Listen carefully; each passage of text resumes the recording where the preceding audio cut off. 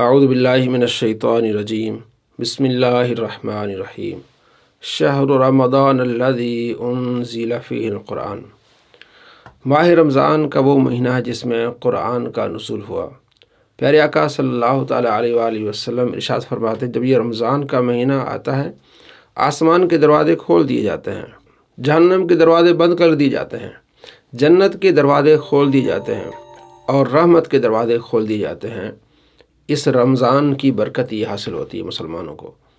اور پیارے آقا صلی اللہ تعالیٰ علیہ وآلہ وسلم کا فرمان ہے، جو اس ماہ مبارک میں خلوص نیت اور ایمان کے ساتھ روزہ رکھے اس کے حساب کا گناہ معاف کر دیے جاتے ہیں، اور جو اس میں قیام کرے، رات کو تراویح پڑھے، اس کے بھی حساب کا گناہ معاف کر دیے جاتے ہیں، اور جو شب قدر کو جاگے عبادت کرے اس کے بھی حساب کا گناہ معاف کر دیے جاتے ہیں۔ اس ماہ مبارک میں جتنا ہو سکے عبادت کریں، اللہ تبارک و تعالیٰ سے دعا کریں کہ اللہ تبارک و تعالیٰ قبول فرمائے۔ ایسا جب مبارک مہینہ آتا ہے تو شیطان کو جکڑ دیا جاتا ہے، لیکن ہمارے ہاں لائی شروع کر دیتے ہیں لوگ کہ بھئی آپ عبادت اتنی زیادہ نہیں کرنی، آپ نے 20 تراویح نہیں پڑھنی، حالانکہ زیادہ سے زیادہ پڑھنی چاہیے، نفلی بات زیادہ کرنی چاہیے، لیکن اس بات میں اختلاف بڑھ جاتا ہے کہ آپ نے 20 تراویح نہیں پڑھنی۔ 20 تراویح پڑھنا فرض واجب نہیں ہے، سنت مؤکدہ ہے، اس کی تاکید ہے کہ آپ پڑھیں۔ آپ علیہ السلام نے اس کے فضائل بیان کیے کہ آپ اس رات کو قیام کریں۔ صحابہ کرام علیہ رضوان اس رات کو قیام کرتے تھے، نبی علیہ السلام خود صبح تک اس رات کو قیام کرتے تھے۔ تو 20 تراویح کا ذکر صحابہ کرام علیہ رضوان کے زمانے سے حدیثوں میں موجود ہے، اور صحیح روایات اس میں موجود ہیں۔ حضرت عمر رضی اللہ عنہ کے زمانے میں، حضرت عثمان غنی رضی اللہ عنہ کے زمانے میں صحابہ کرام علیہ رضوان اور تابعین 20 رکعت تراویح پڑھتے تھے اور 3 وتر پڑھتے تھے۔ اس پر میری پوری تحقیق ہے، میرا PhD کا مقالہ ہے جس کا نام ہے معمول باحادیث پر حافظ زبیر علی زئی کے اعتراضات کا تنقیدی جائزہ۔ اس میں ایک باب پنجم میں صفحہ نمبر 261 پہ میں نے اس کی وضاحت کی ہے کہ شیخ زبیر علی زئی نے اس پر بھونڈے طریقے سے اعتراض کیے اس حدیث پر، اور اتنے پیارے عمل کو ترک کرنے کی اور کم کرنے کی کوشش کی ہے۔ پہلی جو حدیث ہے وہ آپ کے سامنے ہے۔ صائب بن یزید رضی اللہ تعالیٰ عنہ روایت کرتے ہیں کہ حضرت عمر بن خطاب رضی اللہ تعالیٰ کے عہد میں صحابہ کرام علیہ رضوان ماہ رمضان میں 20 رکعت تراویح پڑھتے تھے، اور ان میں سے 100 آیات والی صورتیں پڑھتے تھے۔ اور حضرت عثمان غنی رضی اللہ تعالیٰ کے عہد میں شدت قیام کی وجہ سے وہ اپنی لاٹھیوں سے ٹیک لگاتے تھے، یعنی صبح تک اس کی کوشش کرتے تھے، آرام آرام سے تلاوت کرتے تھے، تو صبح تک پڑھتے تھے اور 20 رکعت پڑھتے تھے اور 3 رکعت وتر پڑھتے تھے۔ یہ صحیح روایت ہے بہقی میں 4288۔ اب اس روایت کو ضعیف کرنے کی کوشش میں شیخ نے اپنے اصولوں کو بالاتاق کر دیا، یعنی اصولوں کی نفی کر دی کہ شیخ زبیر کا اصول یہ تھا کہ بخاری مسلم کے جو راوی ان پر تنقید نہیں کریں گے، جو بخاری مسلم کے راویوں پر تنقید کرے گا وہ بدعتی ہے، اور یہ ٹائٹل شیخ نے اپنے لیے کر دیا۔ شیخ نے اس 20 تراویح کی مخالفت میں اس روایت کا انکار کرتے ہوئے، مخالفت کرتے ہوئے اپنے رسالے میں کہتے ہیں، ان کا رسالہ تعداد قیام رمضان، کہتے ہیں کہ اس میں ایک راوی علی بن جعد وہ تشیع کے ساتھ مجروح ہے، حالانکہ اپنے دوسرے جو رسالوں میں کہتے ہیں کہ صحیح مسلم اور بخاری کے راوی پر جرح کرنے والا بدعتی ہے اور مسلمانوں کی راہ کے خلاف چلنے والا ہے۔ کمال کی بات ہے، یہ ساری چیزیں آپ دیکھ لیں گے۔ نور العینین صفحہ نمبر 32 پہ لکھتے ہیں کہ بخاری مسلم کے راویوں پر جو اعتراض کرے، ان پر تنقید کرے، جرح کرے، وہ بدعتی ہے اور مسلمانوں کی راہ کے خلاف چلنے والا ہے، اور اپنا اصول بھول گئے۔ ارے علی بن زیاد جو بخاری مسلم کا راوی ہے، اور آگے خود انہوں نے اسی لکھا ہے کہ جناب بخاری مسلم میں جب راوی آ جائے اس پر شیعت کا جو کی جرح ہوتی ہے وہ قابل قبول نہیں ہوتی ہے۔ اور ابن حجر عسقلانی رحمۃ اللہ علیہ نے اس کی پوری وضاحت کی ہے، یہ آپ سارا پڑھ سکتے ہیں، اور کسی نے منگوانا ہو یہ تحقیق تو اس نمبر پر ہم سے رابطہ کریں، ہم آپ کو بھیج سکتے ہیں۔ تو علی بن زیاد کے بارے میں جو کہتے ہیں کہ شیعہ تھا، ابن حجر عسقلانی رحمۃ اللہ علیہ لکھتے ہیں کہ شیعہ اس زمانے میں اس کو کہتے تھے جو حضرت علی رضی اللہ تعالیٰ عنہ کو حضرت عثمان پر فضیلت دیتا تھا، اس کو شیعہ کہتے تھے، اور غالی رافضی اس کو کہتے تھے جو حضرت علی رضی اللہ تعالیٰ عنہ کو حضرت ابو بکر عمر پر فضیلت دیتا تھا۔ تو ان کا عقیدہ اہل سنت والا ہوتا تھا، غالی رافضی وہ اہل سنت نکل جاتا تھا، لیکن وہ اہل سنت کے علماء جو حضرت علی کو فضیلت دیتے تھے حضرت عثمان پر، ان کو شیعہ کہتے تھے، تشیع سے ان کو منسوب کرتے تھے۔ تو اس میں کوئی قباحت نہیں ہوا کرتی تھی کہ ان کے عقائد اچھے ہوتے تھے، برے عقائد ان کے شیعوں والے جو آج کل وہ نہیں ہوتے تھے۔ تو خود زبیر زئی اپنے اصولوں کی زد میں آ کے اپنا خود بدعتی بن جاتا ہے۔ تو میں آپ کو چند روایتیں بتاتا ہوں جس میں علی بن جعد بخاری کی جو ہے روایات میں موجود ہے۔ یہ بخاری میں روایت ہے 106 نمبر روایت، اس میں بھی علی بن جعد آپ کو ملے گا۔ اس کے علاوہ بخاری میں 2938، اس میں بھی آپ کو علی بن جعد مل جائے گا۔ 6248، 7266 اور بہت سارے اور روایات ہیں جس میں علی بن جعد راوی آپ کو مل جائے گا بخاری میں، اور اسی طرح مسلم ہے۔ تو یہ ایک بھونڈا اعتراض شیخ زبیر کر کے اپنے مسئلے کو فائدہ پہنچانے کی کوشش کر رہے ہیں، لیکن وہ خود ایکسپوز ہو گئے، اپنے اصول سے بدعتی بنے اور مسلمانوں کے خلاف راہ لینے والے بنے۔ اب آتے ہیں اسی روایت کی طرف۔ امام بہقی رحمۃ اللہ علیہ نے السنن الکبریٰ للبہقی حدیث نمبر 4287 پہلے لکھی ہے۔ اس میں روایت میں یہ ہے کہ صائب بن یزید نے روایت کیا کہ حضرت عمر بن خطاب رضی اللہ تعالیٰ عنہ کے زمانے میں ابی بن کعب رضی اللہ تعالیٰ عنہ اور حضرت تمیم دائی کو یہ حکم دیا گیا کہ وہ 11 رکعت پڑھائیں۔ حکم ہوا کہ 11 رکعت پڑھائیں، اور قاری 100 آیتوں یا اس سے زیادہ آیتوں والی سورت پڑھتا تھا، حتیٰ کہ ہم طول قیام کی وجہ سے لاٹھیوں کا سہارا لیتے تھے اور ہم فجر کے قریب فارغ ہو کر لوٹتے تھے۔ یہ اوپر والی روایت یعنی 4287۔ نیچے اسی صائب بن یزید سے روایت ہے کہ حضرت عمر بن خطاب رضی اللہ تعالیٰ عنہ کے عہد میں صحابہ کرام علیہم رضوان ماہ رمضان میں 20 رکعت تراویح پڑھتے تھے، اور ان میں 100 آیات والی صورتیں پڑھتے تھے، اور حضرت عثمان غنی رضی اللہ تعالیٰ کے عہد میں شدت قیام کی وجہ سے وہ اپنی لاٹھیوں سے ٹیک لگاتے تھے۔ اب 2 روایتیں امام بہقی لائے ہیں، اس کے نیچے رزلٹ کیا نکال رہے ہیں۔ کہتے ہیں کہ یزید بن رومان کہتے ہیں کہ حضرت عمر رضی اللہ عنہ کے زمانے میں صحابہ کرام علیہ رضوان و تابعین رمضان میں 23 رکعت پڑھتے تھے، یعنی 20 رکعت تراویح اور 3 رکعت وتر پڑھتے تھے۔ ان دونوں روایتوں کو اس طرح جمع کرنا ممکن ہے کہ پہلے 11 رکعت پڑھتے تھے، یعنی پہلے جو 4287 میں 11 کا ذکر ہے اور 88 میں 20 کا ذکر ہے۔ تو امام بہقی تطبیق دیتے فرماتے ہیں کہ پہلے ہو سکتا ہے کہ پہلے صحابہ کرام 11 پڑھتے ہوں، اس کے بعد 20 پر عمل شروع کر دیا اور 3 رکعت جو ہے وہ وتر پڑھنے لگے۔ یہ امام بہقی نے اپنا اس انداز سے رزلٹ نکالا ہے کہ شروع میں ہو سکتا ہے کہ 11 پڑھتے ہوں، اور بعد میں اجماع اس پر ہو گیا کہ ہم نے 20 رکعت تراویح پڑھنی صحابہ اور تابعین کا۔ اور اس روایت کے بارے میں جو 11 والی روایت ہے، اس کے بارے میں محدثین کا کیا کہنا ہے۔ بہت بڑے محدث امام ابن عبد البر، ان کی کتاب الاستذکار جلد 5 صفحہ نمبر 1565 سب آپ کے سامنے کہتے ہیں کہ حضرت عمر رضی اللہ عنہ کی طرف جو یہ روایت منسوب ہے کہ آپ نے 11 رکعت پڑھانے کا حکم دیا، میرے نزدیک زیادہ غالب یہ کہ یہ وہم ہے۔ یہ راوی کو وہم ہوا 11 کا، 20 کہا ہوگا لیکن 11 کا وہم ہے۔ یہ ابن عبد البر کہہ رہے ہیں جو مالکی ہیں، بہت بڑے امام ہیں۔ امام مالک نے یحییٰ بن سعید سے روایت کی کہ حضرت عمر بن خطاب رضی اللہ تعالیٰ نے ایک شخص کو مقرر کیا جو ان کو 20 رکعت پڑھائے۔ یہ کہتے ہیں کہ امام مالک نے یحییٰ بن سعید سے جو روایت کی ہے اس میں تو 20 رکعت کا ذکر ہے، اس میں 11 کا ذکر ہے۔ صائب بن یزید بیان کرتے ہیں کہ ہم حضرت عمر کے عہد میں نماز کے قیام سے لوٹتے تو صبح ہونے والی ہوتی تھی، اور حضرت عمر کے عہد میں 23 رکعت قیام ہوتا تھا، 20 رکعت تراویح 3 رکعت وتر۔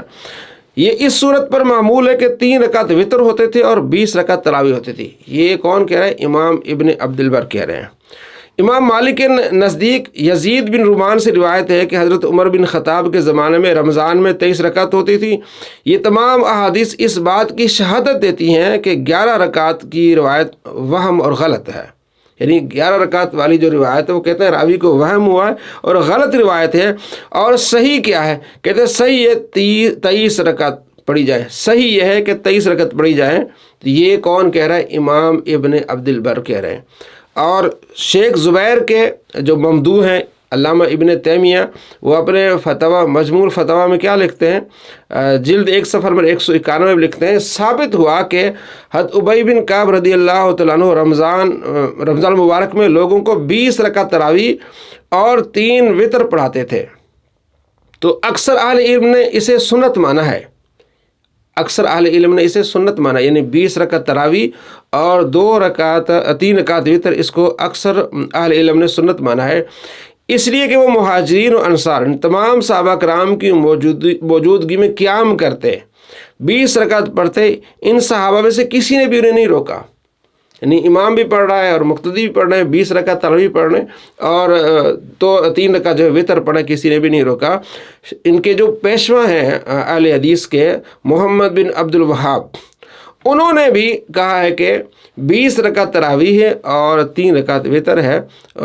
کتاب ان کا مجموع الفتاوی النجدیہ اور صفحہ نمبر 35 اور جلد نمبر 1، وہ کہتے ہیں کہ جب حضرت عمر رضی اللہ عنہ نے لوگوں کو حضرت ابی بن کعب رضی اللہ عنہ کی اقتداء میں نماز تراویح کے لیے جمع کیا تو وہ انہیں 20 رکعت پڑھاتے تھے، 20 رکعت۔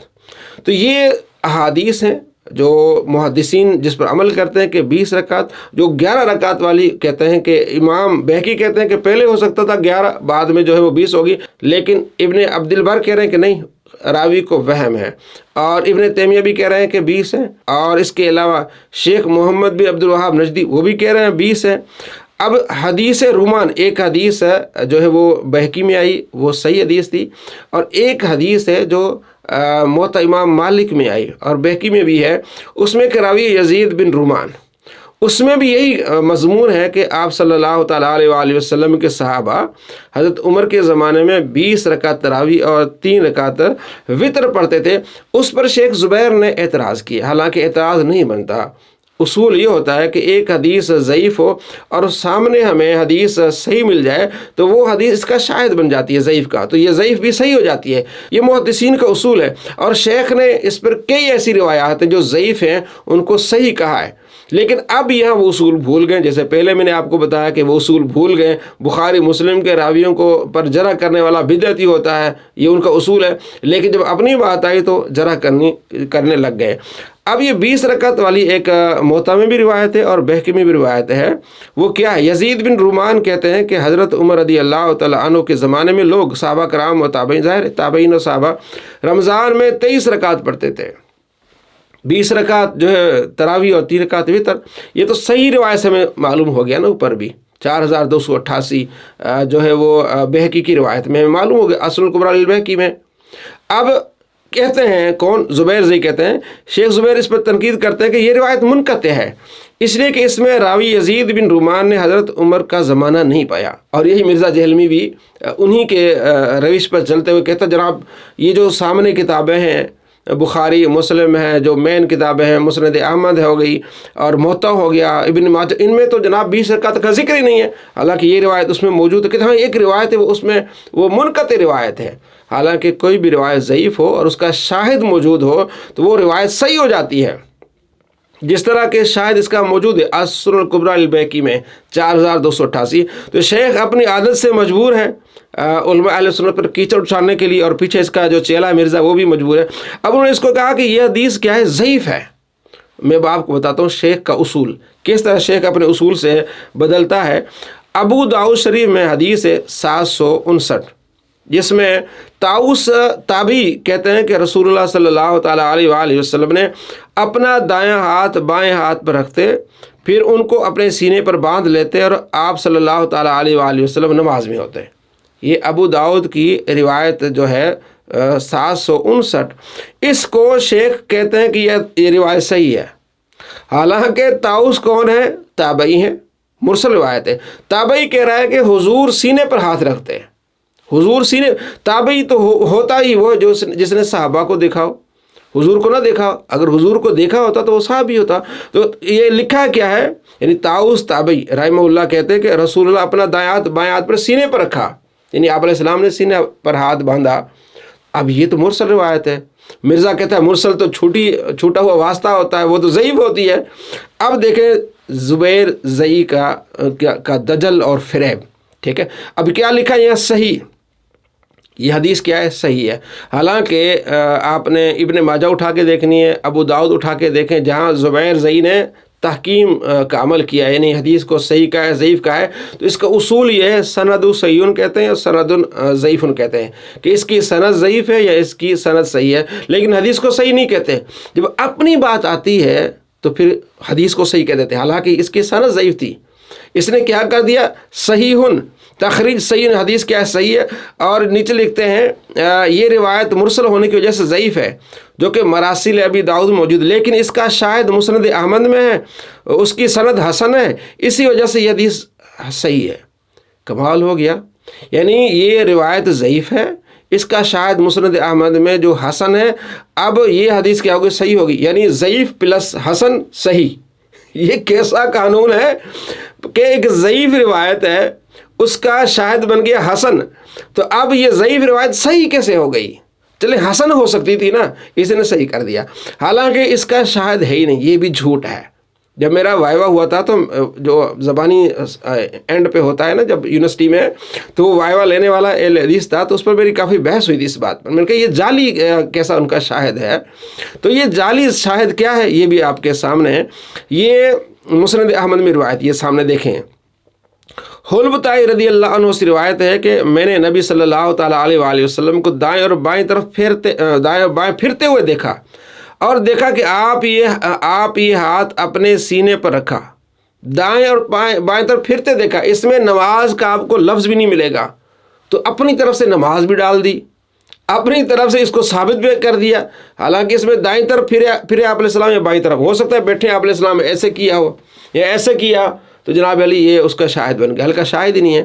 اور خود اس پر میری کافی ساری ویڈیوز ہیں، آپ علیہ السلام نے دائیں ہاتھ کو بائیں ہاتھ پر اور ناف کے نیچے رکھا، مصنف ابن ابی شیبہ میں حدیث ہے، اس پر بھی میرا الگ سے پورا ٹاپک ہے، بلکہ اس تھیسس کا وہ حصہ ہے، جب یہ پورا تھیسس آپ منگوائیں گے تو اس میں آپ کو یہ بھی مل جائے گا، اور اس پہ میری ویڈیوز بھی ہیں۔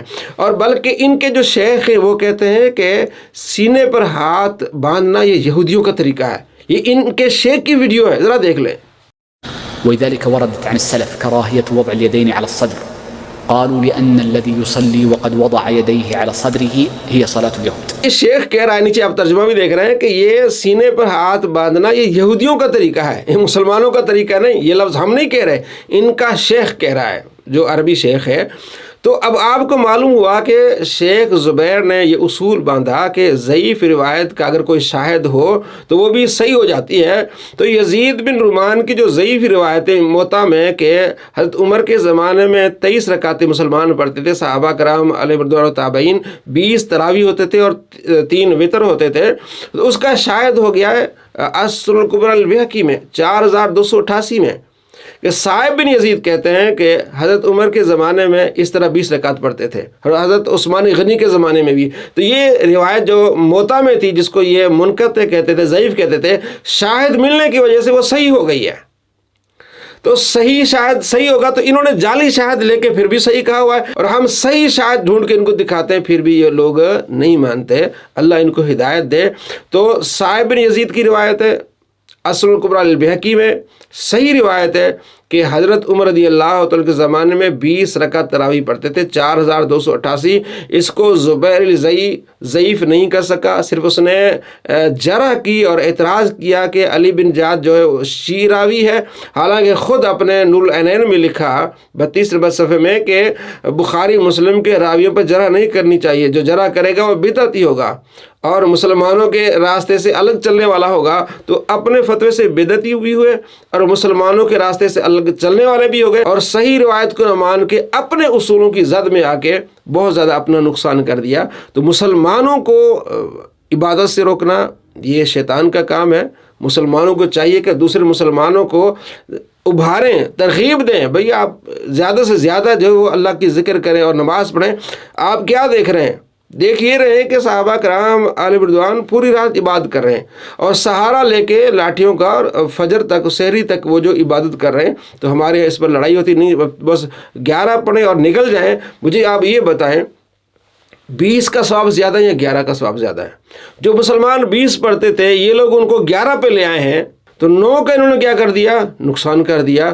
اب ان کے کہنے کی وجہ سے ان کے ثواب میں کمی ہو رہی ہے، اور ہماری تحقیق کی وجہ سے ان کے ثواب میں کیا ہو رہا ہے؟ اضافہ ہو رہا ہے۔